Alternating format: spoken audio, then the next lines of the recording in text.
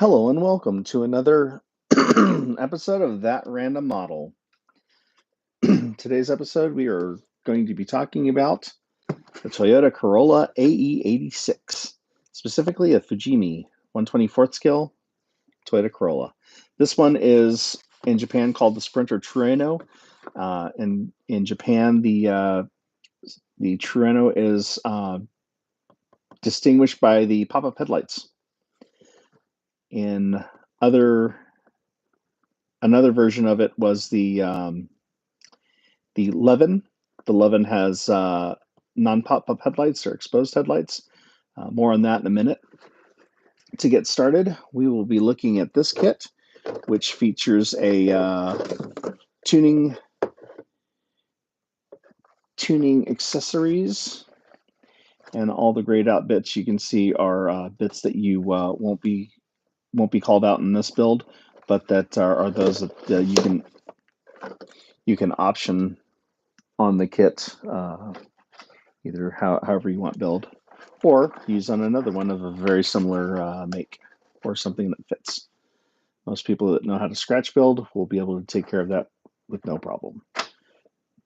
As you can see, that is the finished looking model, and then the assembly instructions.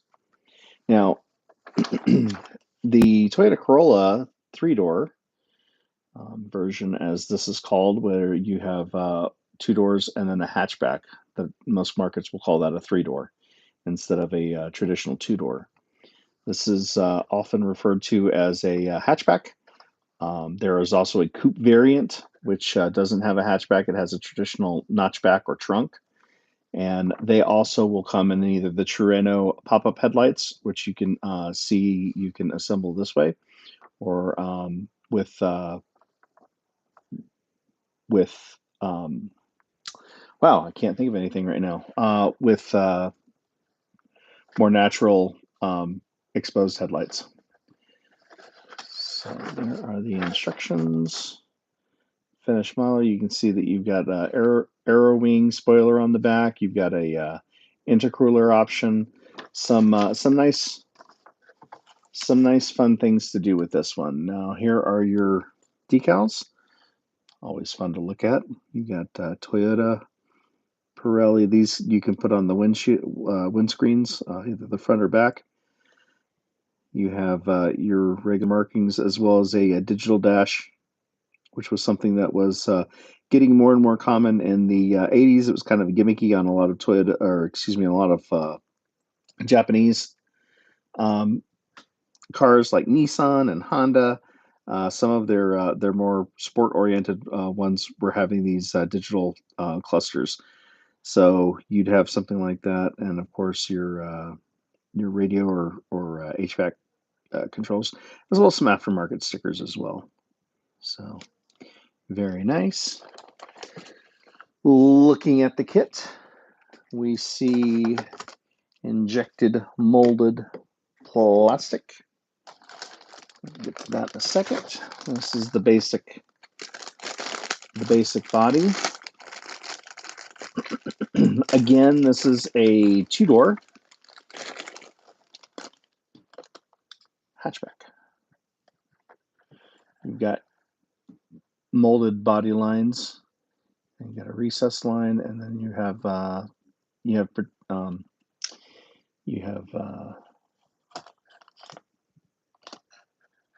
raised molding for safety bumpers and such.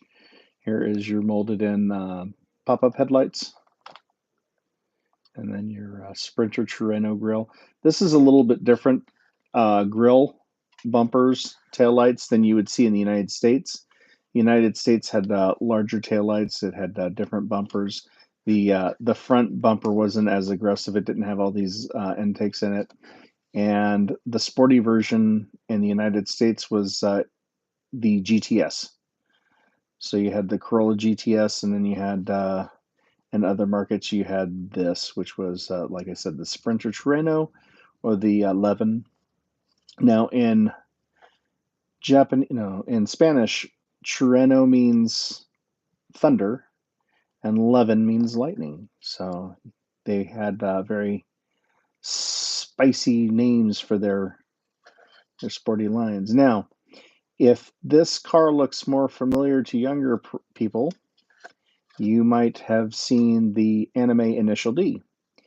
Initial D is an anime that features the Trueno three-door hatchback as a specific hero car. That's the car that the main character would drive. It was what's called a Panda, which was the body was in white, and your molding and your bumpers were black. And it was very common in the 80s for a lot of imports to have black bumpers. It was especially on base model cars.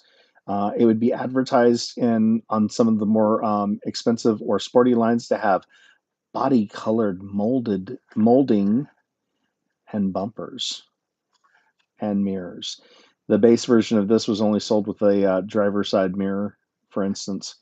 But not only could you get it in a pedestrian version, but you can get it in the more sporty versions. There was even the SR5. If you're familiar with the SR5 Toyota package in the United States, you might hear of something like that on their Tacoma or their Foreigners.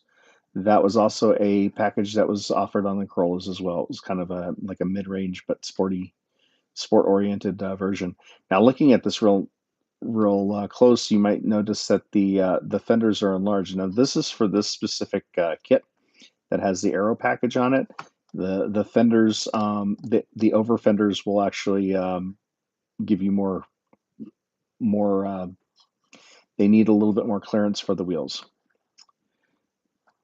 So, moving on.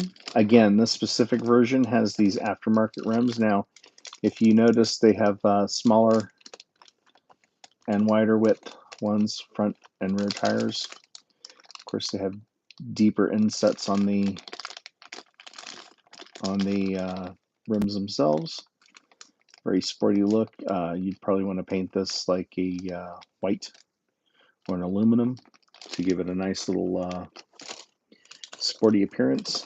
You have an aluminum option muffler to go over the muffler piece, as well as tubing for the intercooler that you can put on there. And they really want you to use these aero parts because that is the intention for this kit, as you saw on the box art. And box art on Fujimi's is usually a pretty straightforward fare. They usually have an illustration, a photo of the real car, or an illustration of what is intended to build on it. They usually don't go with pictures of the built car. Now, ironically, in the United States, a lot of Fuji cars were rebranded under the Testers moniker, and they, on their box arts, which were usually a little bit bigger, were known for having pictures of the actual model and not the car, which was really nice to see what results you could expect from that. Although on many of them, they would say expert builder prototype car. So it was possible that there would be slight variance between what you see in front of you and what would be in the kit. You've got your glass minus the side windows, just the rears that don't roll up. On these, I do believe that they were considered wing windows in the back. They would actually, or vent windows. They would actually open outward toward the back, and you could refresh through the cabin with that. I'm looking at the body. There's no cut lines for a sunroof, either on the exterior or on the interior. Although you do have space right here if you want to customize your own sunroof. You have optional auxiliary lights, or what we would call fog lights now, as well as other driving lights. These are for fog lights that come with the kit, but that are not used for this build if you go with the build that's in the instructions or the box art. Here's your headlights in case you want to display it with the pop-up headlights up, which would be a really fun version, as well as your marker lights, your rear lights, and more marker lights. I think these are for the front and these are for the rear. It's been a minute since I've seen these, so I didn't study for the quiz this period. Again, if you have seen Initial D, you might have heard them refer to this car as the AE86. Now, the AE86 and AE85 were the chassis codes for this body style, and the differences were suspension, limited slip differential, and the engine. So your engine would be a 1.5 liter on the AE85, and the AE86, which was the more performance-oriented version, would have a beefed up suspension. It would have limited slip differential and a 1.6 liter engine. I think it was good for about 105 horsepower. Looking at the body. Now, this version of Corolla for Fujimi not only offered a motorized version, which explains the wider version on one side and the narrow version on the other side for the rear wheels, but it was also a very generic version that they had quite a few different versions of. They had some that had error kits, some that were more base models, and some that were kind of the AE86 version that also would be similar to the GTS version in the United States. You've got a sport seat as well as the other seats that you'll see in a moment as sports headrest. This is kind of similar to a Recaro version. You've got a sports steering wheel. You've got your black spoiler. It kind of just sits on the hatch. It doesn't actually is raised up. It's just kind of a blended spoiler. You've got your roll bars, fog lamps. This right here is all for a like a rally bar for the front, and you'd put your rally lights on the front, as well as have either the glass or these rally covers right there. So fuel tank, you got a nice little fire extinguisher for the interiors if you want to go with more of a tuner version or a racer version. And if you notice real closely, you can see these little round plugs. Now, Fujimi did something really ingenious. On a lot of their cars, they would have these plugs in specific areas so that depending on what was being produced at the time, which version, they would make like 100 versions of this or 100 versions of something else. And depending on which version, they could just send a little piece of metal through and plug out these plugs so that the injected molding didn't fill up everything.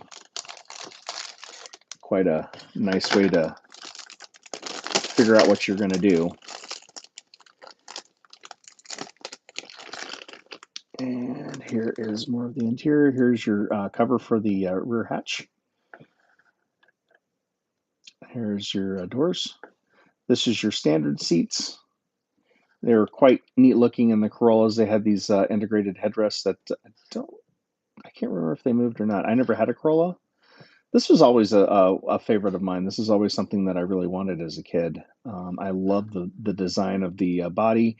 I thought it was a really balanced and well-looking vehicle. Before I knew that the DeLorean existed, I thought this was one of the coolest looking cars. At the time in the early 80s, mid 80s, when these came out, very few cars looked just like that, and it was very sporty. And the base model, a lot of people would just buy it as family starting out or whatever. But here's your standard steering wheel, rear seats, muffler parts, other under components. Your 5-speed, 4-speed 6. Here is your pop-up headlights. So your mirrors. If you want to go with a strippy version, you might even want to just only put one mirror on it. However, please keep in mind, Fujimi kits, a lot of them will have both left and right-hand drive versions. This only comes with a right-hand drive version, sadly. And being someone who lives in the United States and is very used to left-hand drive cars, this is a little bit of a disappointment. Oshima also makes an AE86, but they don't make it with a left-hand drive version, so there is that. Now, here are the sporty optional parts. Well, kind of not optional on this one since the fenders are already cut.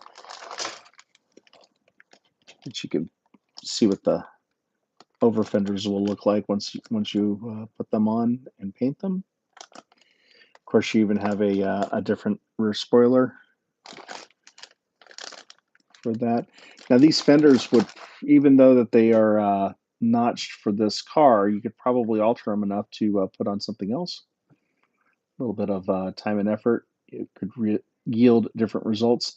This piece here and here are the side ground effects. You have sport brakes that are included on this, a sport muffler. Looks like an option of different ones. And then here's a really cool feature. This is a NACA style air intake, as long as a vent behind it. And your intercooler. This is what the tubing was for earlier that you saw with the aluminum piece for the muffler. So pretty fun.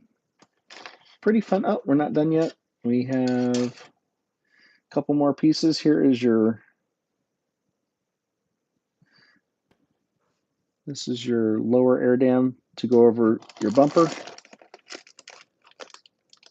Give it a nice little sporty look right there, and blend in with the fenders. You've got lowered suspension, and for your spoiler, you've got the part that mounts to the side, and then your bi-wing version.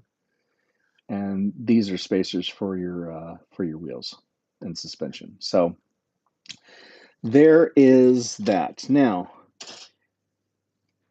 again, in the United States, they only came in 2- and 3-door versions with the pop-up variants.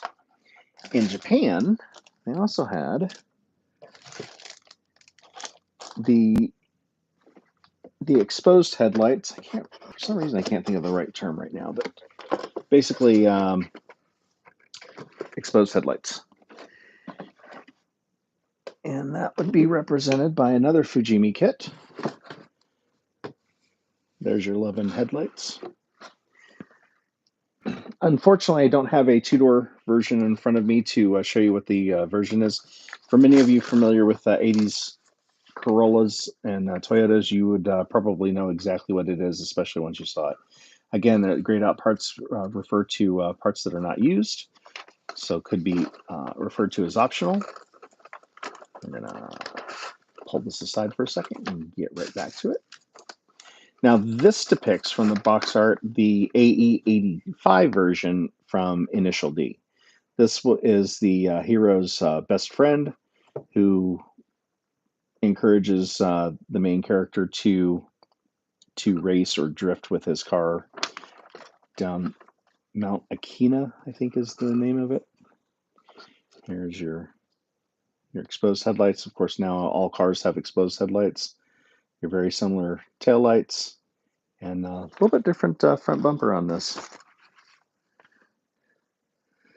Here are some of your characters from Initial D. I'm not going to open these because you basically can see what it gets. You've got very similar glass, fog lights, or rally lights, I should say, the headlights from the hatchback. You've got the headlights and the glass piece for the grille for the exposed headlight variant, as well as your regular taillights. Looking at the car, you can see first off, you've got the molded in fenders, so this isn't chopped. And then you've got your different front end. Yeah, it's got an opening for like a larger grill type thing, but it's not as aggressive as the AE86 version. Here you got some fun rims that are specific, I think, to this exact kit. I don't remember seeing them on any other Corollas. And then same parts. So this actually has the rally bars and lights, which is also something that's rare on a lot of the other cars. There's a version that that has a drawing illustration like the first one that we saw. It's in a garage that looks like it's being tuned for a race. But this is something that you don't see on too many other Fujimi Corollas. Your basic interior. So I was actually hoping that this one didn't have that, because I'd show you how the plugs come in when they do different variants. However, you do have the aftermarket sports seats that are specific to, again, to this kit. This is not the same seats that come in with the Hero car, which we'll talk about in just a second. You've got aftermarket steering wheel, aftermarket short throw shifter, as well as it looks like a intercooler, large intercooler, sport mufflers. I think that's, oh, if you see the molding, it says Nismo GTR. So these are GTR seats. These are Nismo short throw shifters, Nismo steering wheel. I think this is another style of Nismo shifter. Nismo is a aftermarket, in-house aftermarket sport tuner for Nissan. And then spoiler. So you're not going to use a lot of these pieces, probably just the seats and or the steering wheel for this car.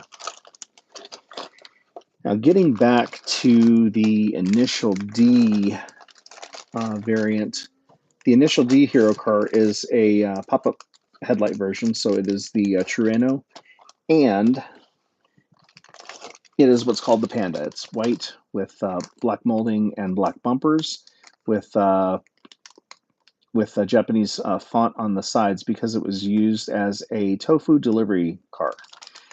When Initial D came out, they caused a stir in the market, and what happened is that AE85 and AE86s specifically were being bought and sold and traded at higher and higher price points, driving up the cost of these. Hence, if you're looking for one of these, like I was until Initial D ruined everything, you get hit with what's called the tofu tax. Now, this in 83 to 87 Corolla, you should be, in theory, be able to pick these up all day long for less than $2,000, $3,000, $5,000 for a good example. Because of the tofu tax and because of Initial D, these are now $20,000, $30,000, $50,000. Yes, you heard that right. 20 to 50 or even higher thousand US dollars. That is absurd. When I was a kid, this was a very common car. The SR5s and the 8 GTS variants that had twin cam badgings on the side were really cool, and you'd see them everywhere. But yeah, nowadays you don't see as many, and good luck finding one. So, Initial D specific Akina Speedstar sponsor decals. This was a club that races in Initial D. You've got your tachometer and dash. These are not digital; these are analog gauges. So it shows the lower variant. I wanted to save this for last because this shows all your sponsor decals. You've got different types like endless, coless, endless or brakes, Mugen. If you had if you're doing a Honda, this is a generic one that they would put in what they called tow or drifting series cars. You can get not just Initial D cars, but you could get what's called a tow series, and you would get other types of cars, the Honda Civic, or I'm sorry, yeah, Honda Civic, Honda CRX, 240ZX and 180Z. I'm sorry, 240SX, 180SX, or Sylvia variants, and you would get these different sponsors. So if you had a Honda, you could use Mugen to show your colors there. TRD, which is Toyota's in-house aftermarket and sport supplier. Bride, which is a seat provider, manufacturer, and I think this is a reference to some kind of like a tuning magazine at the time. Some more TRD scripts. ARC, which I think is a Toyota aftermarket supplier. Dual overhead cam sports. This is hilarious in the 80s and even into the 90s. Dual overhead cam was something that was on exclusive to sports cars. You would see these badged on the side of a lot of cars that denoted that it was the sportier version. You'd see that on first generation Integra, Acura Integras. You'd see it on Toyotas, Hondas, things like that. So this is a pretty fun little subject right here, and of course something that would be fun to build in a variety of ways. You've got the rally bars for different, or you can do the initial D variant that is right here. Let's see. I think it feels like I forgot to mention something, but I think we've got a good video right there. The Corollas. Oh, when these came out, Corolla was a very large line. It included 2 and 3 door coupe and hatchback. This was a rear wheel drive vehicle. They also had split the car versions into a front and a rear drive version. So they had these rear wheel drive versions. They had front wheel drive versions, which was the ones that you saw with the 4 doors. They didn't offer a wagon in this, not this body style, but the front wheel drive body styles. They actually continued an older generation so that you could buy the wagon and you could buy what they call a 3-door van, which was a shooting brake style rear hatch. It actually had a longer roof, and then a more of a traditional hatchback like a Honda Civic. So you had 4-door versions of that. You had a 5-door version. At the time in the United States, Chevy actually got with Toyota, and they made a Chevy variant called the Nova. And so they had 4 and 5-door versions of that.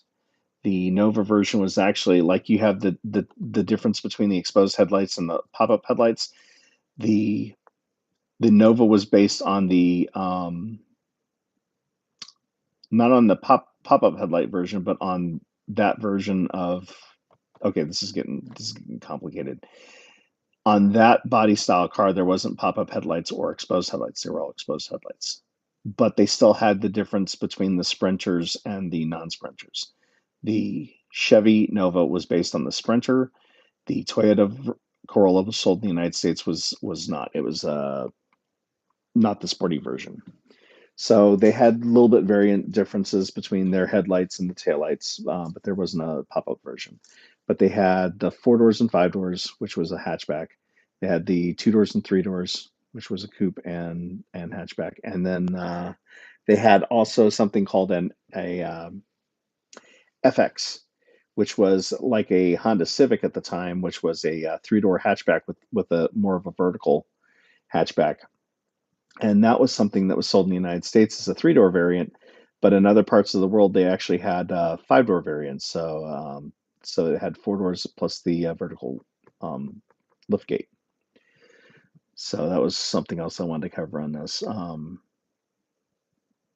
And this car, not the specific, but the Corollas, they're still sold today. They started in 1966. So this model line has been going for almost 60 full years. So it launched Toyota. It helped them be made known worldwide as not only a worldwide car, a quality car, but a car that you could actually throw around and have some fun with. And this definitely gave it that reputation. They had a lot of wins and rallies throughout the years, and they still use them in drift events and races to this day. So this is my video for the Toyota 11 and Sprinter Trueno.